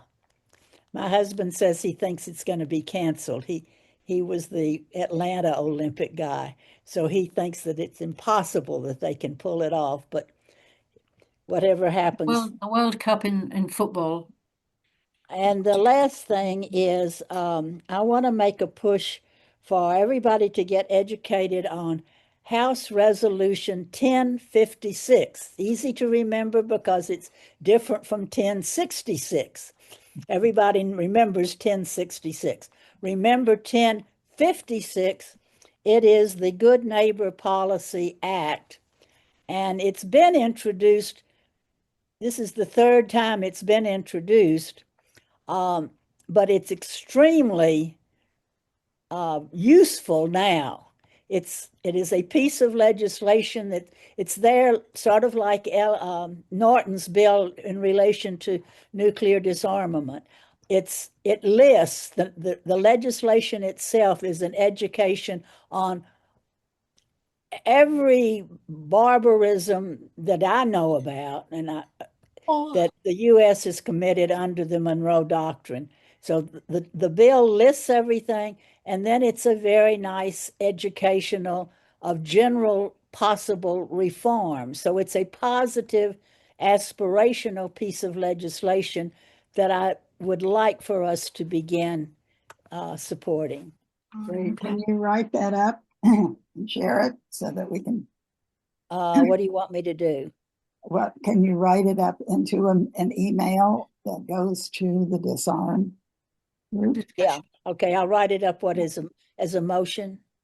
No, well, just informational. Okay. Yeah. And then people can follow up. Is it to disarm discussion? Yeah. Okay. Discussion or, yeah, okay. So Robin, you've had your hand up. Yeah, just something from 5 minutes back and a short comment that maybe I've said before, but I think the powers that be have decided they're not going to have nuclear war because it would contaminate their sites of resources. Then how can they go back to the mines and bring out the value if they've just dropped a nuke on all the land? So I think that is one reason why since the end of the war, the Second World War, finally people are realizing that it's crazy. So then the question is, why are they continuing to build them? And so my theory may be wrong. Let's hear. Or else they just want to keep using up the money. Oh, because they have lobbyists from the weapons industry who oh are yeah. persuading them that deterrence is a good idea. Yeah, right. It needs more Thank you, weapons. Robin. Hello. And Gloria? So pierce the myth. Oh, I'm sorry. Gloria? That's rhetoric from the weapons makers. It's all rhetoric. And I keep emphasizing this because people keep saying, what are you talking about? Rhetoric. Anything that's PR, any PAC group, it's all rhetoric. So that wasn't what I had my hand up about, but now I've forgotten what it was. So I just wanted to put that in. So Gloria, you Okay. should lead us in a pierce the myth strategy. Well, one of the things I would like to say is that all these meetings, all these high-level conferences that Cheryl goes to and everybody, they can knock this down with one good ret op, what is what I'm saying? One good CIA rhetorical targeted ret opportunity can knock down all of our wonderful logical arguments that are so sensible against war. I mean, that was a brilliant stroke when they hit on the rape narratives, because women were all lining up to say, let's have our end of Cold War peace dividend. We want a peace dividend for our cities and our education. And they came in with that narrative of the raping Serb. And suddenly every woman in the country and all over Europe, women were becoming authors, writing book after book about raping Serbs and feminism and raping Serbs.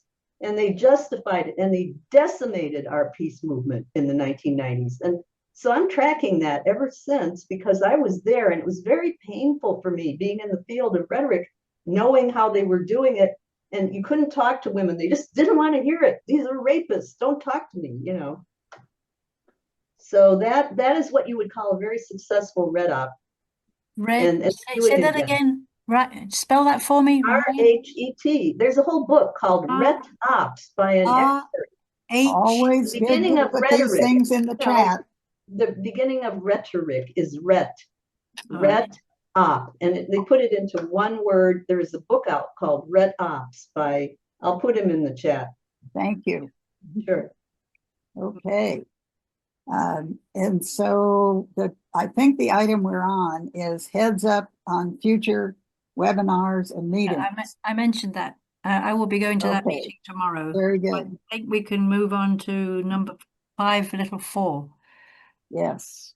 Interacting with media. Yeah, and so I did tell you all about this an organization I never heard of called New America had this meeting, webinar, where they had Bill Hennigan of the New York Times speaking with a lady called Amy Nelson, talking about how to what was it called? All right. When nuclear danger becomes background noise. Oh my God. Okay, so they were concerned that there's not enough in the newspapers and major media about nuclear weapons and their threat. And so she in particular interviewed Bill Hennigan. And you remember he was the person who went to Vandenberg the same time as Greg and I wanted to point out to you all that Greg was at Vandenberg in the middle of the night on Tuesday night to observe another ICBM launch of a test ICBM. And I did write and thank her on our behalf for doing that. So Bill Hennigan has been doing these New York Times blogs, interactive blogs about nuclear weapons from various points of view. Okay. And so Amy was interviewing him, and people were saying, oh, so, it's a shame that there's not enough in the newspapers about the risk from nuclear weapons. Young people tend to be more focused on climate change. We somehow they've got to show them that nuclear weapons are also a terrible threat to humanity. And so there was an opportunity to ask questions. You could only ask them by writing. And they limited you to not very many characters, I discovered. I wrote a long question and it said, no, too many characters. I had to keep pushing it down. Anyway, so I asked him, because this was the very morning, this was on a Wednesday when the ICBM test had happened. So I asked Bill Hennigan, did he know that there had been an ICBM test launch? that morning, and I knew that he was at one a year and a half ago. And so he did answer. So what I do when I ask questions on these meetings, I put my full name, and I always say I'm with the Women's International League for Peace and Freedom. Okay. So it's the way to get our name out there so that the moderator, who was looking for questions in the written question thing, she said my name and she said my organization. Okay. And they had hundreds of people on this webinar. So just to say, this is a way of making sure, getting us better visibility. And he did, I'm trying to remember what he said. He actually, I think he didn't know that there'd been a launch that morning, but he would look into it. And I think he said he would get it written up in the New York Times. I don't take the New York Times, so I'm not sure if he did. But anyway, so. Anybody else? And Gloria, we did at the time, 3 years ago or a year and a half ago, we wrote him a thank you letter. We wrote a thank you letter He to was him. the one. Pardon? I just was registering. He was the one you wrote it to. Yeah. We wrote a thank you letter to him and to the woman who was his editor, who helped is still putting these interactive blogs up about nuclear weapons. So anyway, so that was really what I wanted to point out.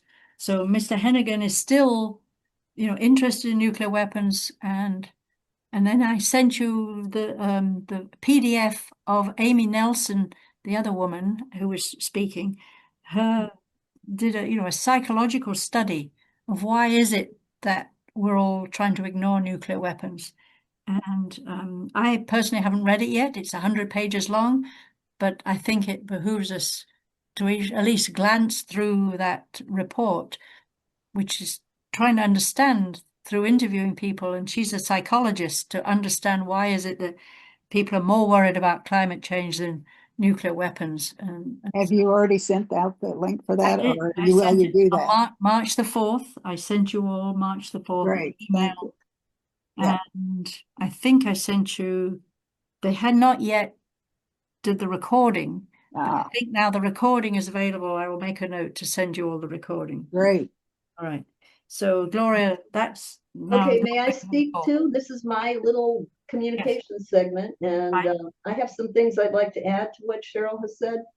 I was the one actually who started the ball rolling with Bill Hennigan, and I pushed because nobody had heard of him in Disarm. I was the one who contacted him and his editor, Elizabeth Kingsbury, who we haven't mentioned, because if it weren't for Elizabeth Kingsbury, he wouldn't have gotten this series. And I had an exchange of emails with Elizabeth Kingsbury.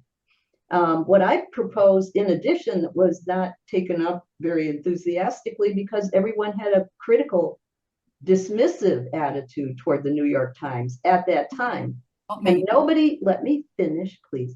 Nobody wanted to do an award. I wanted to do some kind of an award to Kingsbury and to Hennigan for their courage in doing this, calling our attention to the brink that we were at. And my reason, rhetorically and as a communications person, is that peace groups are far more likely to criticize media than to congratulate them when they're doing things that are right. And that's across the board. It's not just peace groups, but in this instance, it's peace groups. But people in generally write to the media when it's about the media, more often when it's something they're not doing.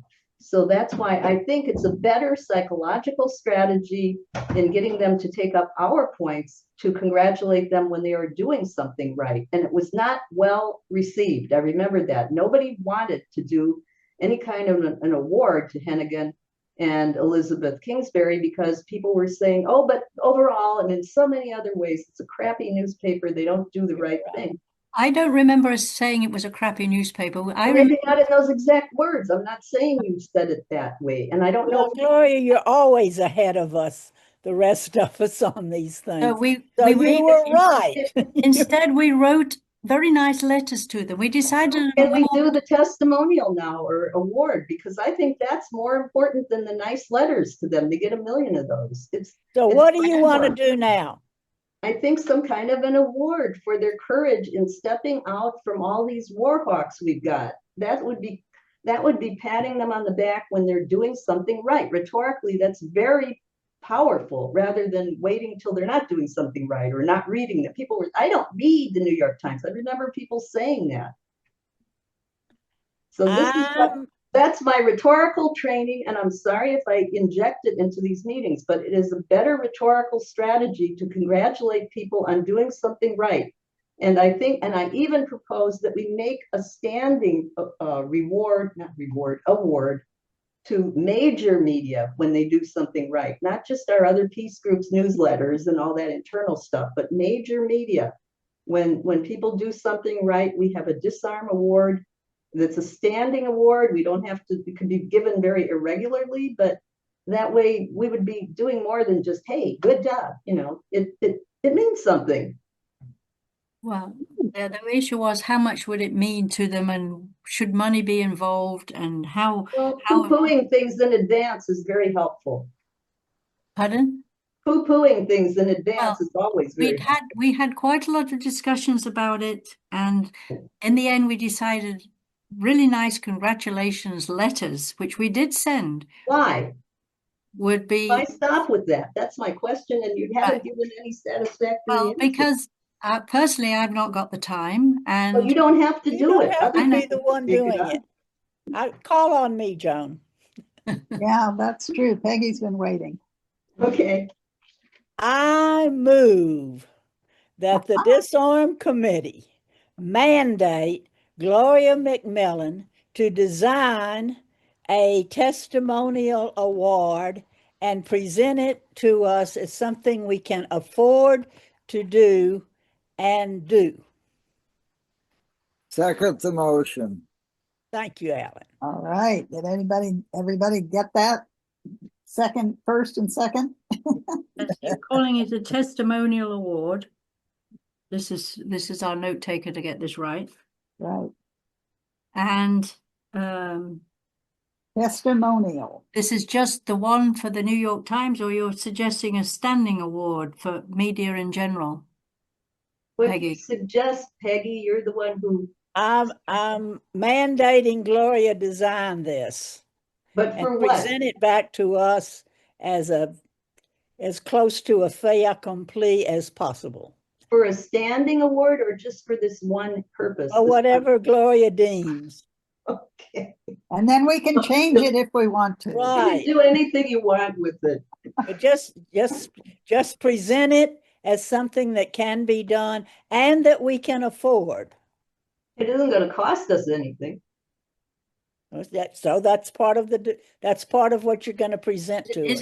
Is it going to be a crystal glass thing that sits? I don't know. I'm not Gloria. I know. I'm just saying where she says it doesn't have to cost, but if you want to make it really visible and so they can put it on a desk and show people. Yeah, they have a plexiglass one for $49 at Amazon. Okay, well you find those nice cheap ones and get them engraved. I've got some things like that on my piano that other people have given me. But anyway, so Peggy has made this motion, and right, and we have a second from Alan. For any other discussion? There were some good ideas here. Okay, are we ready to vote? All those in favor of the motion? Aye. Okay. Any opposed? Any abstentions that are willing to be acknowledged? Moose. Thank you. Okay, the motion passed without opposition, I believe. Okay, so where are we on the agenda, for heaven's sakes? It would be I think we're working with other issue committees. Yes, Nancy isn't here, so right. We already did the Middle East essentially. Right. And so problems with radioactive waste. And so I just put something in there because you all did get an email from Ellen Thomas about this. There's a thing called the Nuclear Regulatory Commission. It's been in existence essentially since radiation was recognized, 85 years ago as a problem. And so over the years, rules exist that tell you how much radiation, and there are various ways that units that measure radiation, how much people are allowed to be put in those positions that they may get that much radiation. And this is, to stop people who are working around nuclear reactors, around nuclear weapons. And there's a lot of nuclear medicine. Okay, you have to understand a lot of things that people go into the hospital and they use nuclear isotopes and what have you to help people. Anyway, so there are these limits on how much radiation workers are allowed to absorb in a certain time. And so on the 12th of March, somebody has told the Nuclear Regulatory Commission, and I suspect it's a federal administration, that they want to loosen those limits, right? So the limits are quite low, so people don't get cancer and what have you. And now, along with bunches of things that you see happening with regulations, like the EPA regulations are being loosened, they're trying to loosen the ones on radiation that's received by humans. Anyway, so this is just saying it's a public meeting. So on the 12th of March, this agency called the Nuclear Regulatory Commission is having a public meeting, which you can go by Zoom and try to make a comment. And I was hoping that Ellen and or Pam might be thinking of going to that meeting. I won't. But anyway, so please look in your emails to see about that. And you know that there's an ANA meeting coming up, and on June the 3rd, if you look at your minutes from the last meeting, June the 3rd is when we're going to have this anniversary celebration of the White House vigil that was taken down by Trump last year. But Ellen will be there. Hopefully, a lot of people will be there to celebrate the 40th anniversary of the start of the White House vigil. Okay. Is that in the agenda? No, I'm just mentioning that was can you put it mentioned. in the No, it was mentioned last time. Yeah. We spent quite a lot of time describing it. So in the minutes of the last meeting describe that Lafayette Park event. Okay, so now we're on number 10. Okay, divesting from weapons companies, and I'm just reminding you that WILPF International has a Move the Money campaign, and that one of the ways that we should be trying to tackle why we shouldn't be bombing Iran, besides the fact that ethically and morally it's not correct, but it's the amount of money that's being spent, our money, our taxpayers' money, is being spent to do that bombing. And as I say, there's other organizations in the coalitions I belong to, they keep track of how much these things cost. They know how much those interceptors cost and how much those bombs cost and how much it costs to fly the bombers and how much diesel oil they use to fly over Iran and drop these bombs. Anyway, they've come up with $60 million per day being spent, at least $60 million a day being spent to fight Iran. Okay, so it's a way of trying to, persuade people that why we don't want to have wars. They should, take their money out of owning shares in Lockheed Martin and what have you. And if you've noticed, if you do keep track of the stock market, everybody else's shares have gone down in value. The only shares going up are the weapons companies. Okay, Lockheed Martin, Raytheon, Northrop Grumman, etc., etc. Their shares are worth more than they were a week ago, but the stock market as a whole is down. Okay, so the price up. Pardon, Odile? And all the price are going to be up. Oh yeah, and then your gasoline prices have gone up considerably. Gasoline, food, and so on. Yes. So okay. Um so so I'm just looking. So that was just all I wanted to say about that. And unfortunately, Ellen is not here, which is unfortunate because she asked me to put. If you go jump to number 7, any other business Oh, I in the want agenda? before you leave divestment, I Yes. wanted to ask Alan and Odell. I know that you all have done the most that I know about in terms of getting a city to do something about divestment. And I wanted Sagastra to hear something about that, because I would I would really like to tackle that in Atlanta, but I don't have the Wherewithal. whatever, the energy and the driving force to do that anymore. But I think it's Liliana Bakhtara has responded with some interest to initiatives, and I just I don't know how to put you all together, but if you all would just say something so that Sagastra hears it, and maybe there'll be some follow up. Well, we were part of a campaign in Detroit that passed it in a city resolution, a resolution to divest from weapons. Alan, you want to say more than that? Well, actually, it's the Move the Money campaign connected with the money out of the Pentagon for the people. It did not specifically call on the local government to divest. I think that that is where we should be moving to, and there has been some action in different communities in Michigan to get rid of Israeli bonds, to divest from military corporations.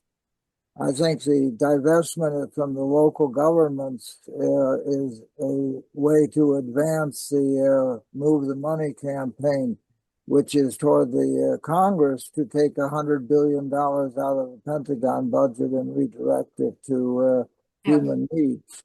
That's That's a basic good idea.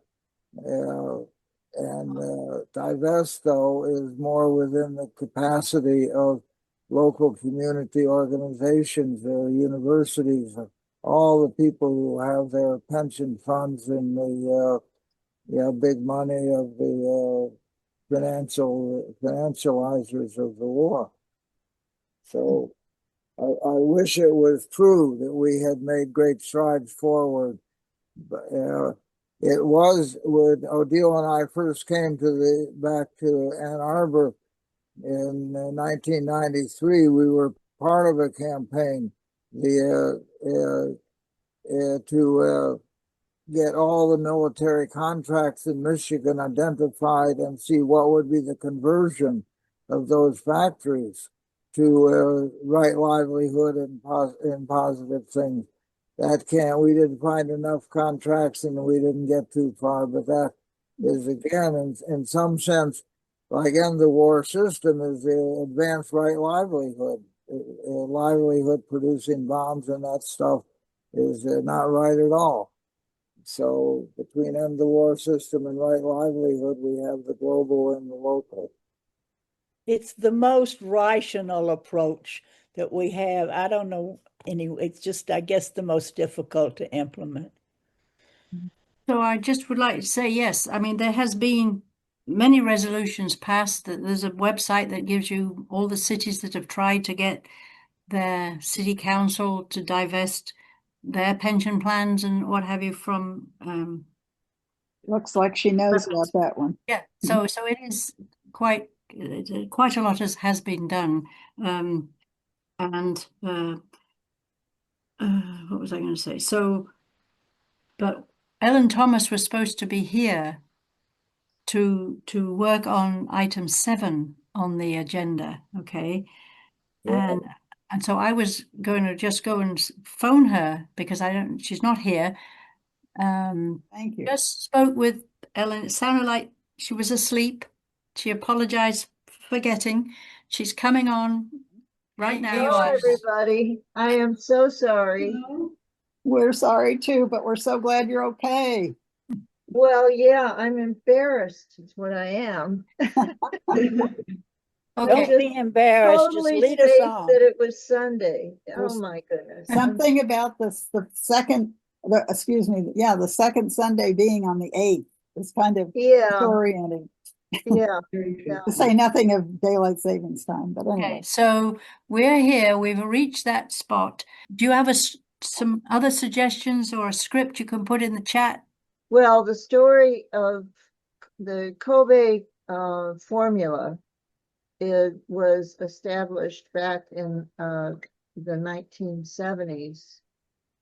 And they said that they made Kobe a nuclear-free port.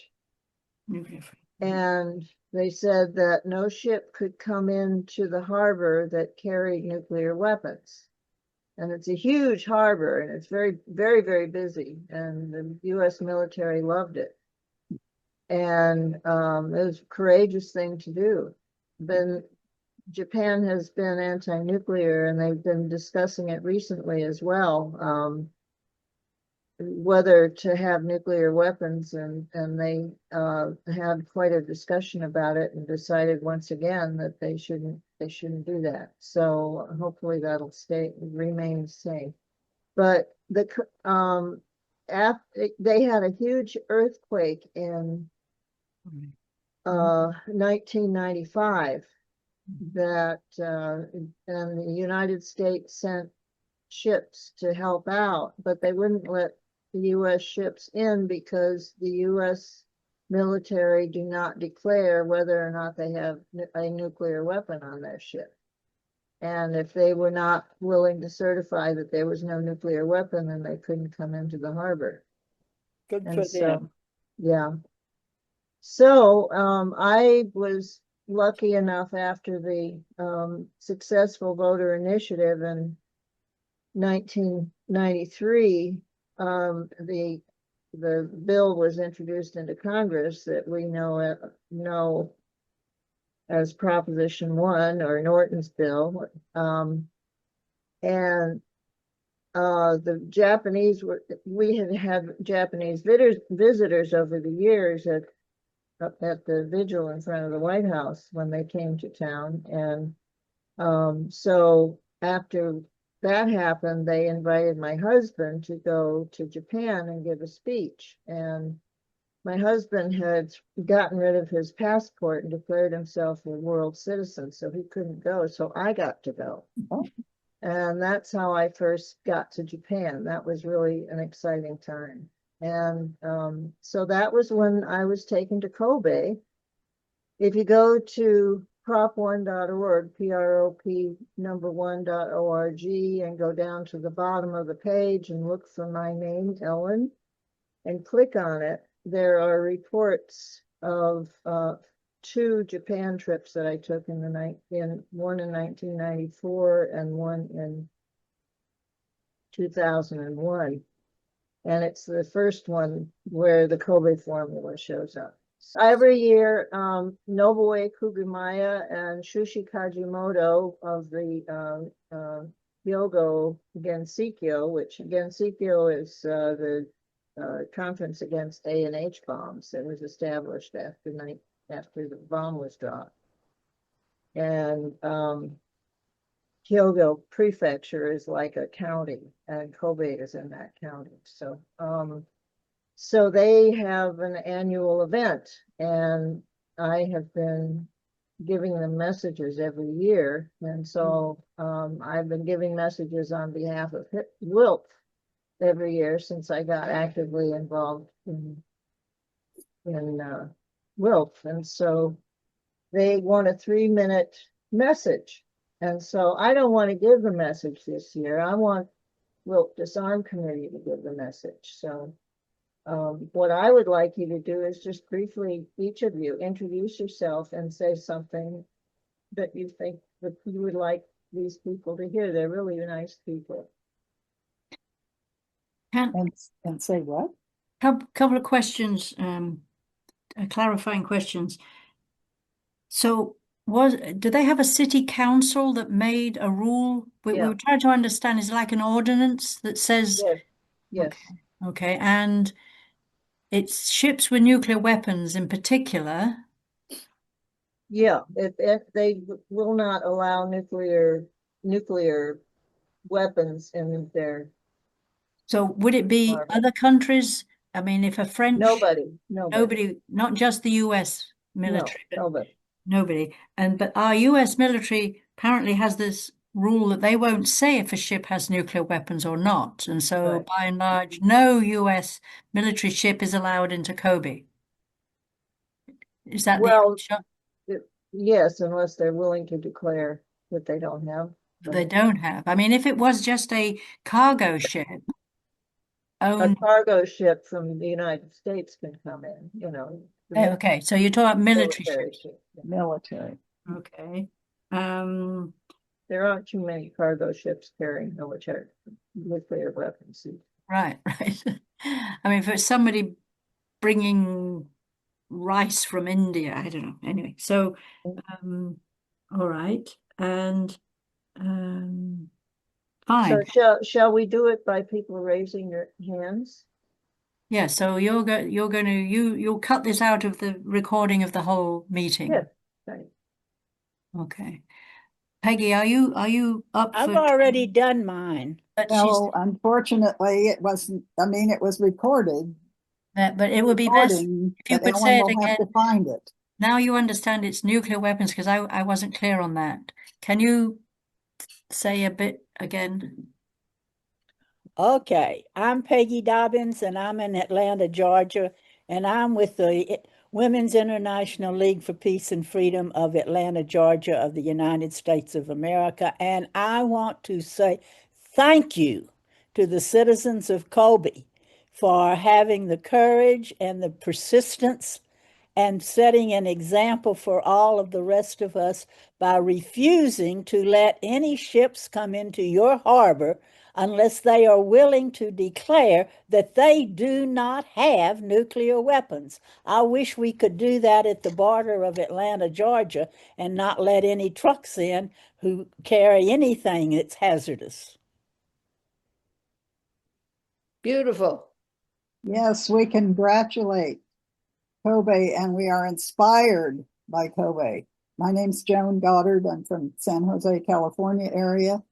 And I want to thank you also for the wonderful, important, and if it's sometimes frustrating, perhaps, example that you're setting for the world. Thank you. My name is Odile Huguenot-Heber, and I am with WILPF, Women International League for Peace and Freedom, US section. And I really support and have admiration for the people of Kobe for doing this wonderful Rule. for doing this wonderful rule to not let any ships that has nuclear weapon coming into their harbor. And I am very admirative, and I hope this will become contagious throughout the world. Thank you. I'm Alan Haber in Ann Arbor, Michigan, Women's International League for Peace and Freedom. And the action of your community to say it's just a little thing, but we don't want any of that poison in our area. It is too destructive. Keep it out. And that should be a message for the whole world. That this entire nuclear madness should not be allowed anywhere near anything that is human and living. Put it away, and you are an inspiration to say, not in my harbor, so it should be for all of us. Thank you very much. Hi, I'm Gloria McMillan in Tucson, Arizona.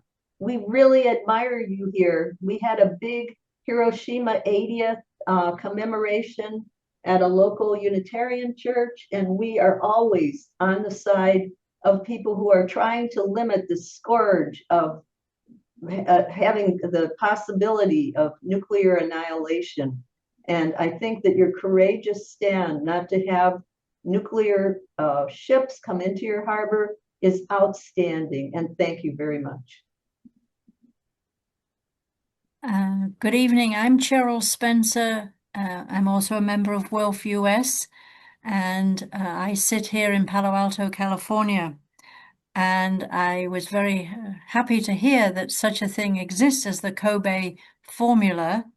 And I would like to imagine that other ports in other countries might adopt your formula. And certainly now I'm being aware of it, I will try to make sure that it's advertised more widely as an idea for reducing the military use of nuclear weapons. Thank you.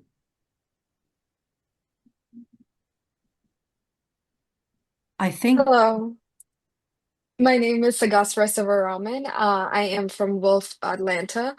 And what you have done in Kobe is very inspiring for us young people advocating for a nuclear-free world. Thank you so much. That's it.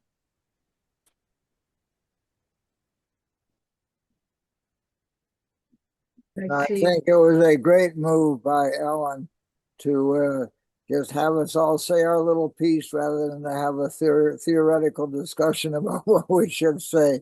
Good move. Yeah. You got So, the material yeah, you can use. I think we're quite a bit over 3 minutes, so you could make it longer, maybe, Ellen, if necessary. Well, I can add something to it, my own personal message. Yes. Yes. And we think that Robin and I would join in if they wanted to. And Ellen, you need to put something in it, I bet, yourself. Yes, you will. I'll introduce you all. Yeah. Okay. Well, it's quarter to 7 here. As timekeeper, we're over time. Yeah, we're a bit over time. So I think, Just a tad. so Joan, may we adjourn? Maybe. I believe who we do- may, who and do I- everybody's got the information that the next meeting is not 2 weeks from now, but at the end, it's the last Sunday, Sunday of the month. Last Sunday. which is the Last Sunday 29th, of the month. 29th of March. Very good.